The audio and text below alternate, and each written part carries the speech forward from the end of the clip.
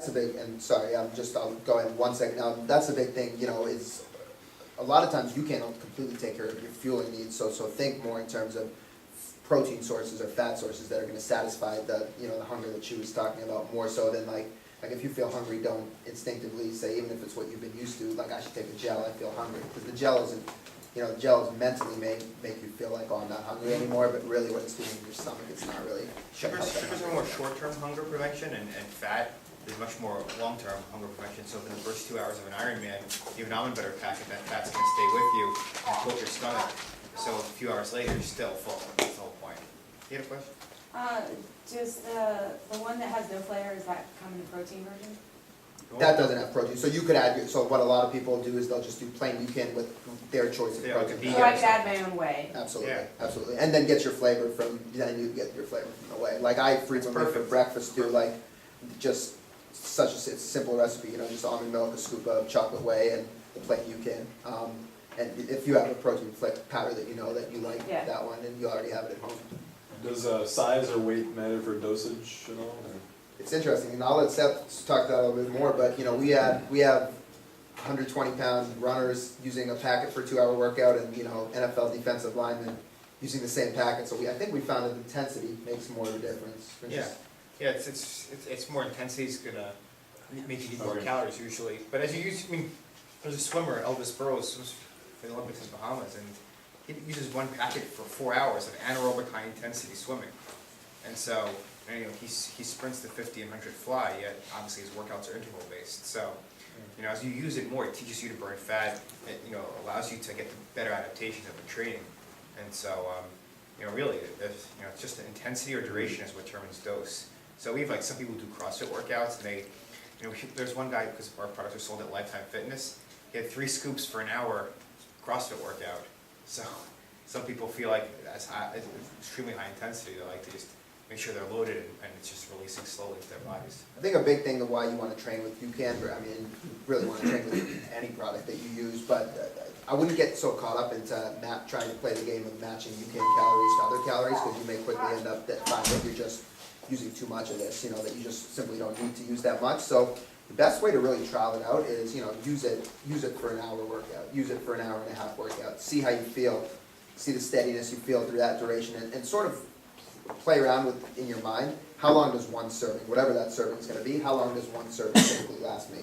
If you figure out that serving is going to have you feeling good for 2 hours, then really what you want to do when you're going for longer than 2 hours is, however long a packet or a serving is going to last, take that next serving in roughly 20 to 30 minutes before you need it. Because again, it's not a gel that's going to hit you rapidly. The reason we tell you to take this 20 to 30 minutes before you exercise is because there's a little bit of a breakdown process. Same thing applies to when you're using it during a workout. If you say, I'm taking one of these scoops and it's going to last me, 90 minutes, then you should be taking a scoop roughly, every hour or so to allow it to break down and to kick in. But, definitely give it a shot before, just a standard hour type workout. What kind of workouts are you guys doing, by the way? During the week, do you have to work 60 minutes, 90 minutes, or waiting till the weekends to get it all in? 60, 90? Yes. A good example is we do classes here at the studio at 7 p.m. at night, 7 to 8:30, and they're high intensity, zone 4 on the heart rate work for about an hour and a half. So a lot of interval-based training, but you're probably spending anywhere from 25 to 45 minutes at a very high intensity. End of the day, what would you recommend? Yeah, I would just have it simply a packet before. If you haven't had dinner yet, I might have the protein enhanced version or a small amount of fruit if you just need a little bit more to coat the stomach. That's perfect. I just had an email from someone who used Ucan for a 4-mile threshold run. So he just had Ucan 30 minutes before. He'd been using it for his longer stuff, but wanted to use it for his threshold training and was fine. And that was less than 20 minutes. So. And just actually probably less than 25 minutes. That would be pretty quick. What do you guys like normally? Again, doing the type of workout that Eric's talking about. Anybody who wants to share, what would you normally do beforehand, and are you consuming any form of gel or nutrition during that workout? I don't usually take anything. So for a 2-hour run, I won't take anything. I'll have a banana. That's whatever. Perfect. So you can replace that banana.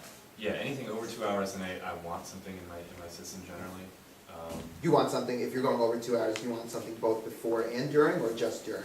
During, but it depends exactly like how intense I'm going or how far I'm going, like Okay. when I'll take it. So you're saying if I'm going above 2 hours, because normally for 2 hours I won't take anything, at the hour and a half mark is when I would probably want to start You have supplementing. 2 scoops before, and then a scoop to 2 scoops every 60 to 90 minutes, yeah. So 90, 60 in the beginning maybe, then it extends to 90 at a certain point. And Ramin's sort of a really good example too, I'm gonna put him on the spot, but he has GI distress, during races.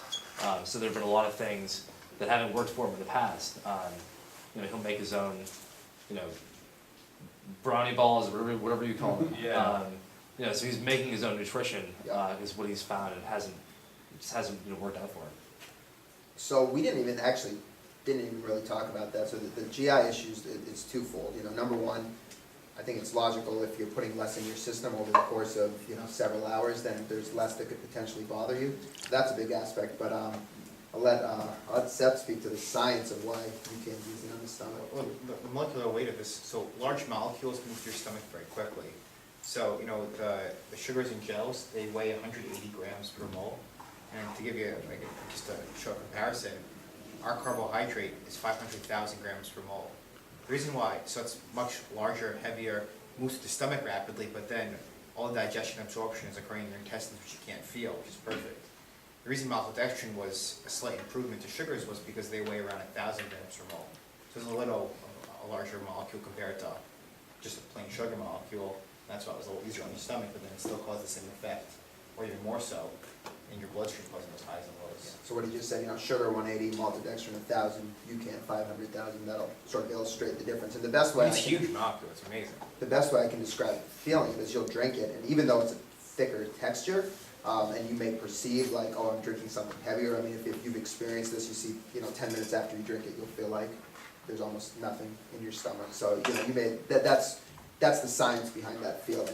We always like to point to the science, but then associate it with what you're feeling too, because, science is all well and good, but you have to understand it too in the context of what you feel. A lot of people who have lunch at 12 or something like that, and they might go for, like a lot of our teachers might go for a run right after work, but they wouldn't have anything.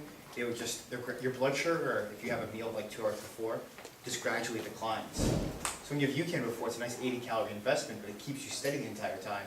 So then you don't overeat afterward, but you also can have better performance and just feel better because you're staying steady.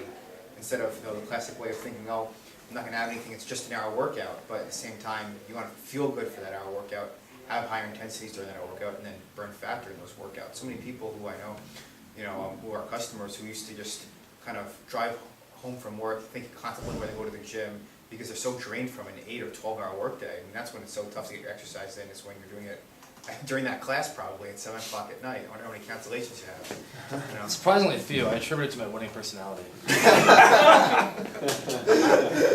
So for that class, that's like the hardest thing. It's right, should you have dinner, should you not have dinner?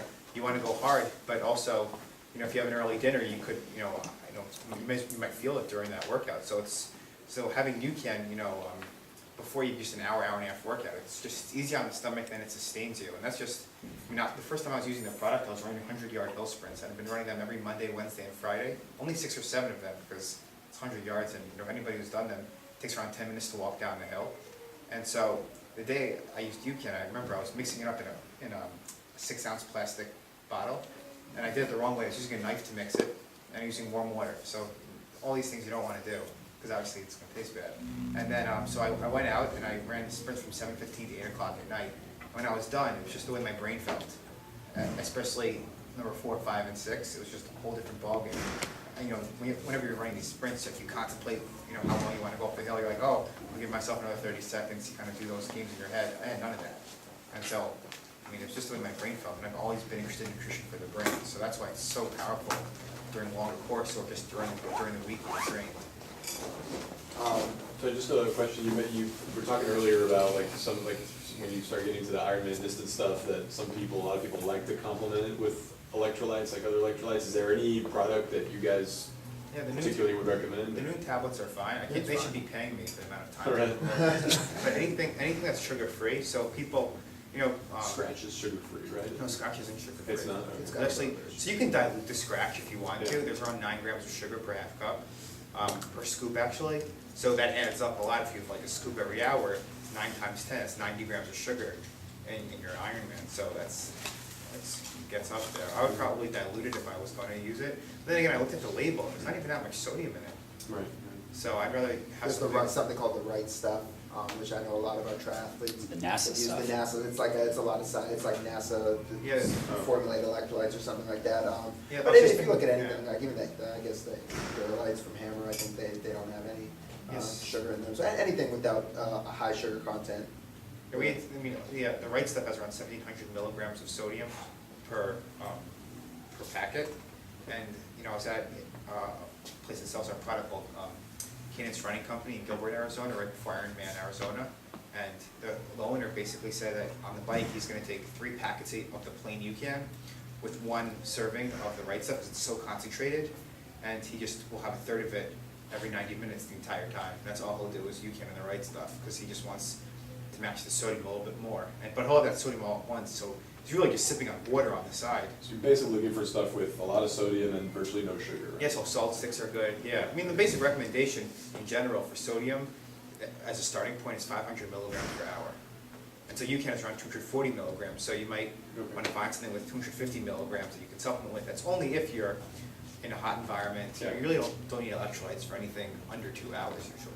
I do 2 bottles on my bike with the Noon in each, and then I carry an empty Noon vial that's filled with Endurolites as a backup. Whenever I feel like, because you get a heads up on cramping, you feel like something's getting a little wonky on you, your hips going, your inner thighs going on the bike, but just take a pill, and I'm good.